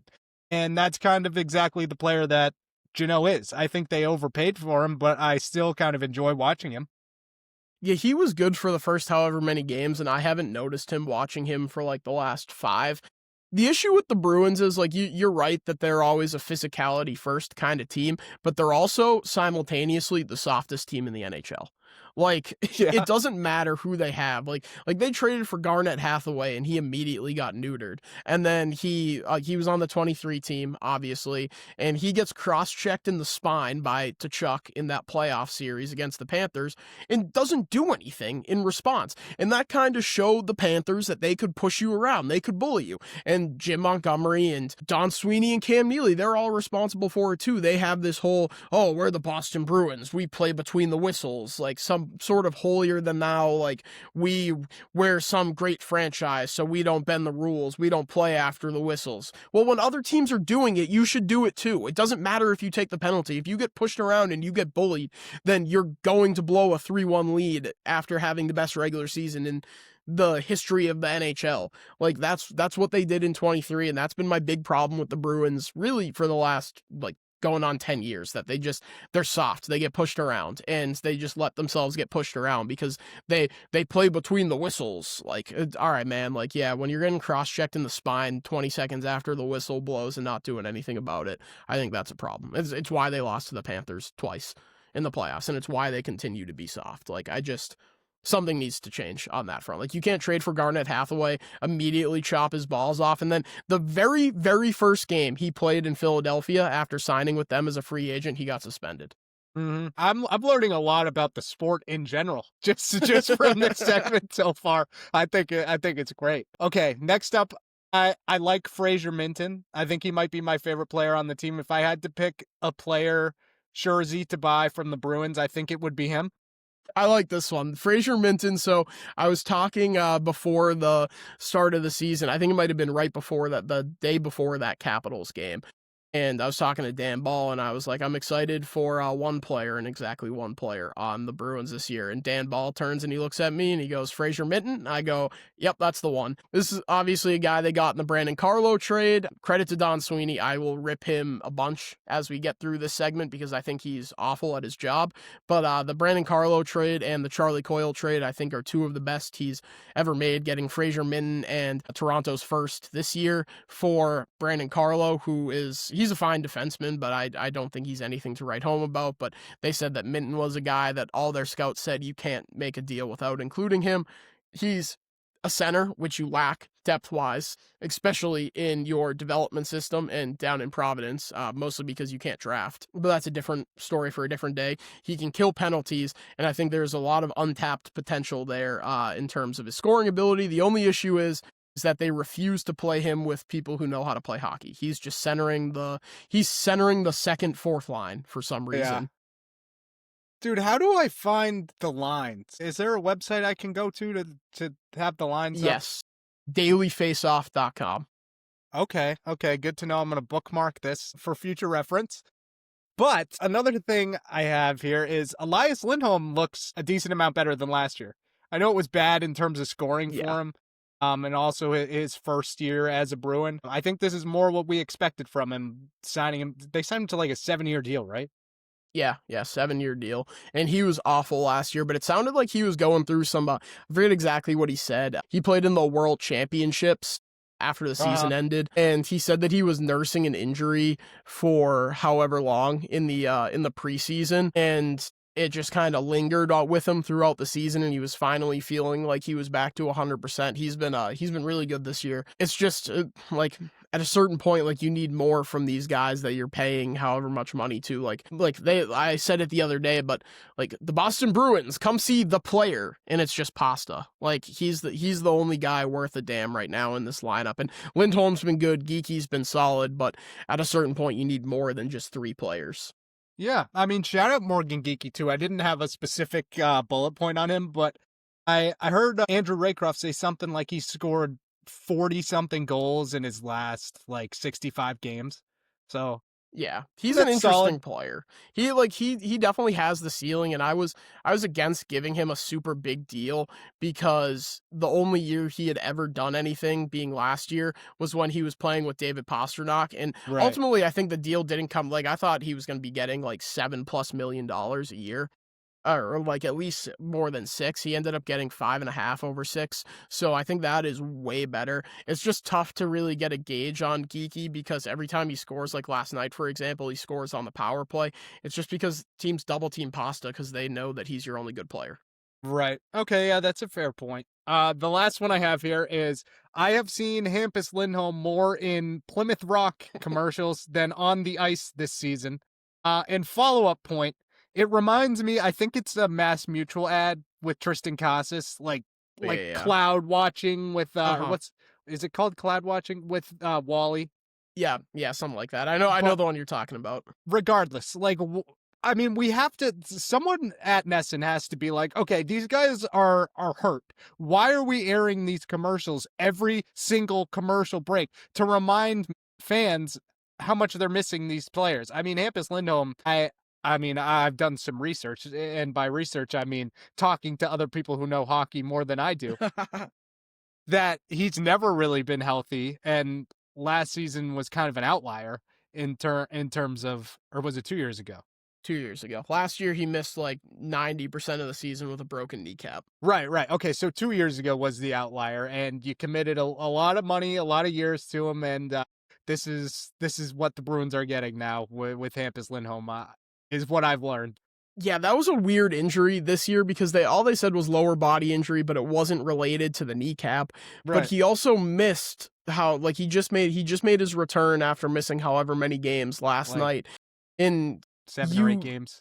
Yeah.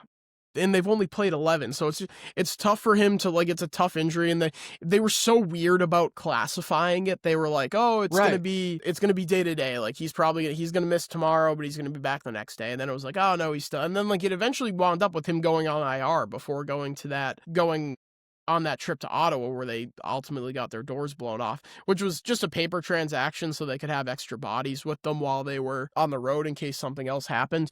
But he's back and he immediately makes an impact. I mean, he's a guy this is one of my overarching Bruins takes. I cannot stand that they feel like they have to play Charlie McAvoy on the power play just because they're paying him $9 million a year. He is the worst power play quarterback I've ever seen in my life. And that is just... Wow. Hampus Lindholm is just so much better suited for that role. So then when you have to play McAvoy there, it's that much more pronounced when he's gone. And one of their biggest issues this year has been first of all, they've been struggling to defend in their own defensive zone. But when they do defend well in their own defensive zone, they cannot get the puck out of their defensive zone. So they just end up turning it over and then having to get another stop again. It compounds the mistakes. Hampus Lindholm can get the puck, get clean entries out of the defensive zone and into the neutral zone and start the rush, which is at least something that they didn't have someone who could do that before. And I was so hopeful on Mason Lohrei. It doesn't look like it's happening for him this year. He is just an absolute liability. And I saw this on Twitter. Like I said, I'm not a big Charlie McAvoy guy. I think he is so overrated. Every time Mason Lohrei fucks up and he's out of position and people on Twitter are pulling the tapes and pulling the still shots of showing Lohrei out of position, Charlie McAvoy is almost equally as out of position as Lohrei is. And it's something that Sturm got asked about last night. And he was like, yeah, they were all better. McAvoy was better, Zadorov was better. And obviously Lindholm gave us what we were hoping he would give us. But I just have one final Bruins take here. I've been saying that Marco Sturm is getting the Gerard Mayo treatment from the Bruins, but only in terms of the roster. I think Mayo was handed one of the worst rosters in the league and ultimately failed with it. Throughout the season last year with the Patriots, everyone said, oh, yeah, the roster sucks, but we'll see what Mayo is. He's limited by the roster. And then slowly but surely, Gerard Mayo made sure to let everyone know just how out of his depths he was. It wasn't just the roster.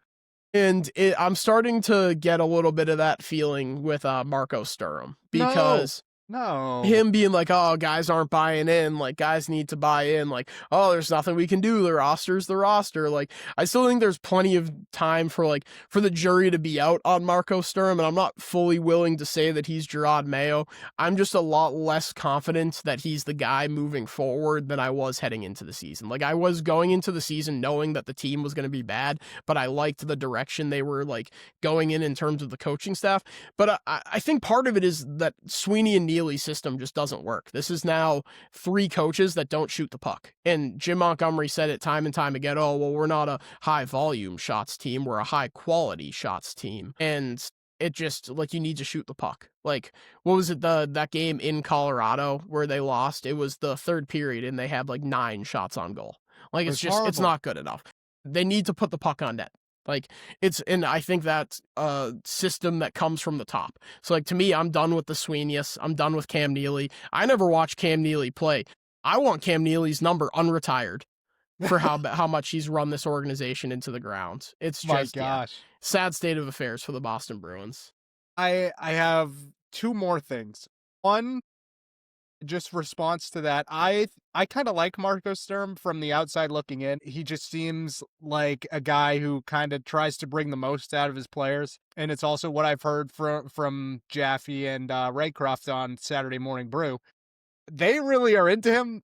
I think it's, they work for Nesson. They work for the team, so they can't outwardly bash people. But if they're buying in on him, I still think I'm willing to give the benefit of the doubt. And I mean, this is also coming from a guy who didn't hate Joe Sacco, so I I don't think I should be giving my opinions on this.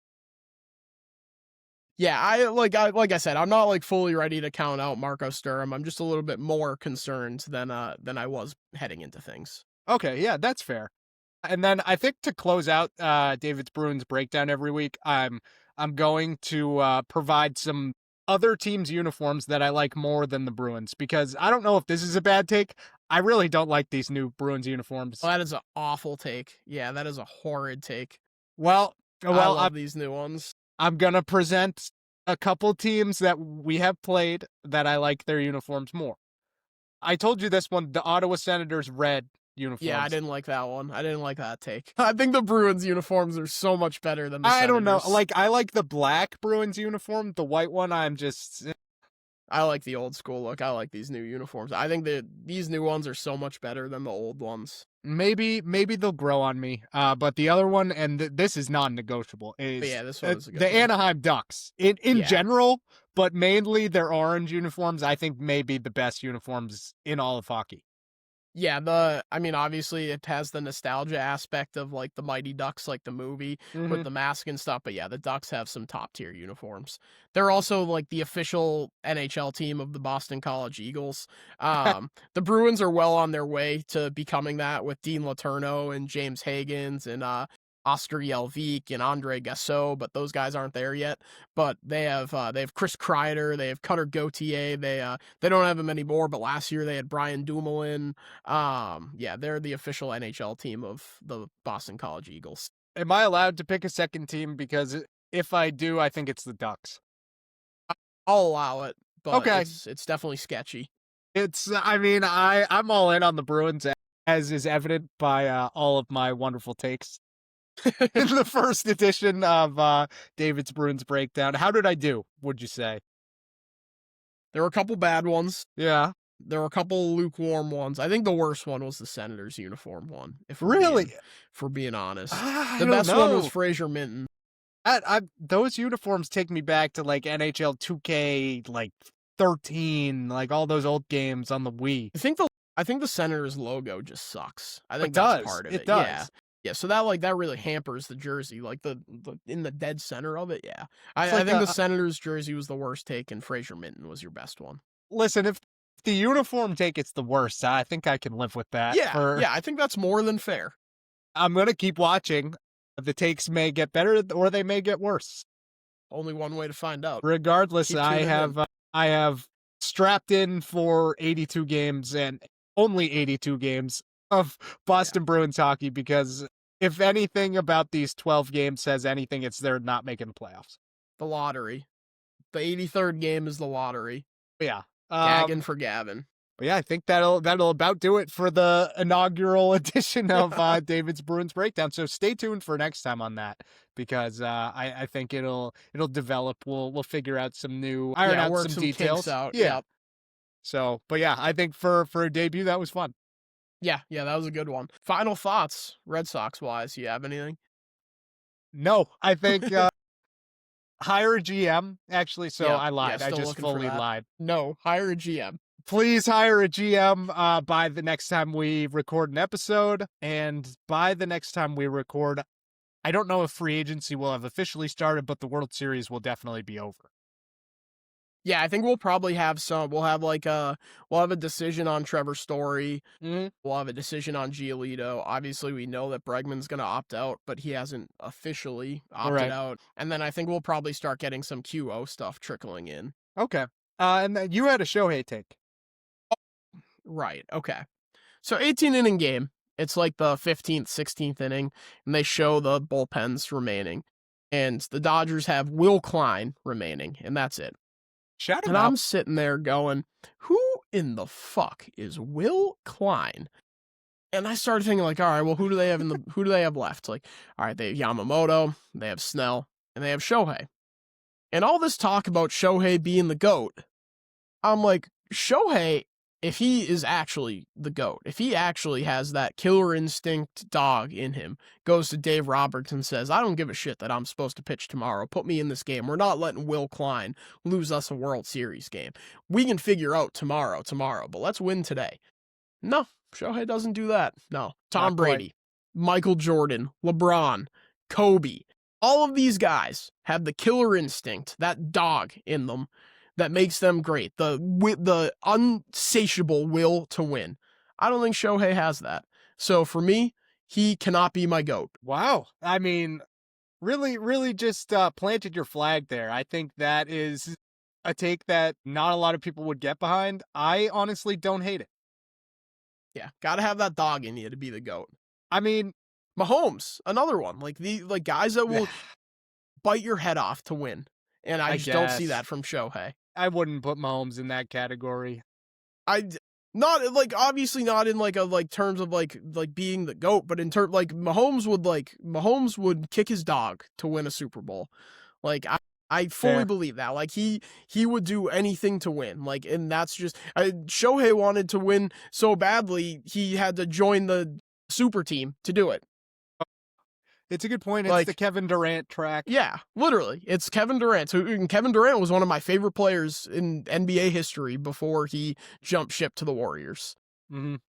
And I don't hate it. It's yeah. also, I had one more thing on that game 3. One of my friends said that Will Klein looked like the Dodgers version of Zach Kelly. I couldn't get it out of my head. That is just all time. Like I read the text, looked back up at the screen, and saw Zach Kelly in a yeah, there it Dodgers is. uniform. Yeah. Yeah, that's But good yeah, stuff. And then 2 minor Red Sox notes. Mhm. Fielding instructors, there were 2 at every level this year. Next year, they're moving to 4 at every level. So Thank God. trying to obviously adjust the way that they're teaching fielding because everyone that comes up stinks at fielding besides Roman Anthony and Marcelo Meyer. And Christian Campbell, quick note on him.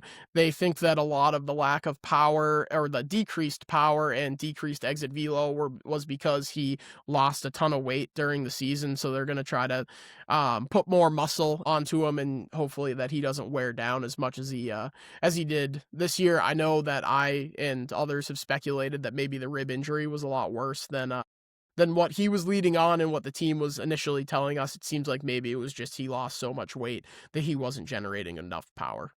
I mean, that makes sense. I think 2 follow-up things are, how much do you think bringing in 2 more fielding instructors will do? I don't know. It remains to be seen. Like, I guess we'll see, like, because I don't know what they're teaching them. Like, so unless Right. these are people that are, like, going to change the way that they're teaching things, like, which I guess, sure, they could be, but it remains to be seen. I'm hopeful, at least. They're addressing They're the doing problem. something. Yeah, and then the other thing was, do you think Christian Campbell's on the opening day roster next year? I think there's a lot of time to predict this, but just early on, what do you think? No. I don't think so either, unfortunately. But I think he's not in the same boat as Tristan Casas, obviously, because No. Casas has been around a lot longer. But I think both of them start the year in Worcester and Mhm. hopefully try to make their way to that major league roster, whether that's because of an injury or if they're forcing the Red Sox hand there. I'm still pretty confident in Christian Campbell. And I know we've said that too. a couple episodes ago, too. Yeah, couldn't agree more. All right, I think that'll about do it. This was a more lengthy episode now that we're taking a little bit more time in between them just based on nothing going on in the offseason. But I imagine that'll pick up once free agency gets underway here in probably like a week and a half at this point. Yep, yeah, couldn't agree more. I wasn't expecting to do 2 hours here, but here we No. are. Good episode. The first ever entering Kenmore Awards and the maiden voyage of David's Bruins breakdown. Yeah, so a lot to look forward to. Stay tuned for more Bruins breakdowns from this Red Sox podcast. But either way, keep it with us. Thanks so much for listening. We'll talk to you guys again next time.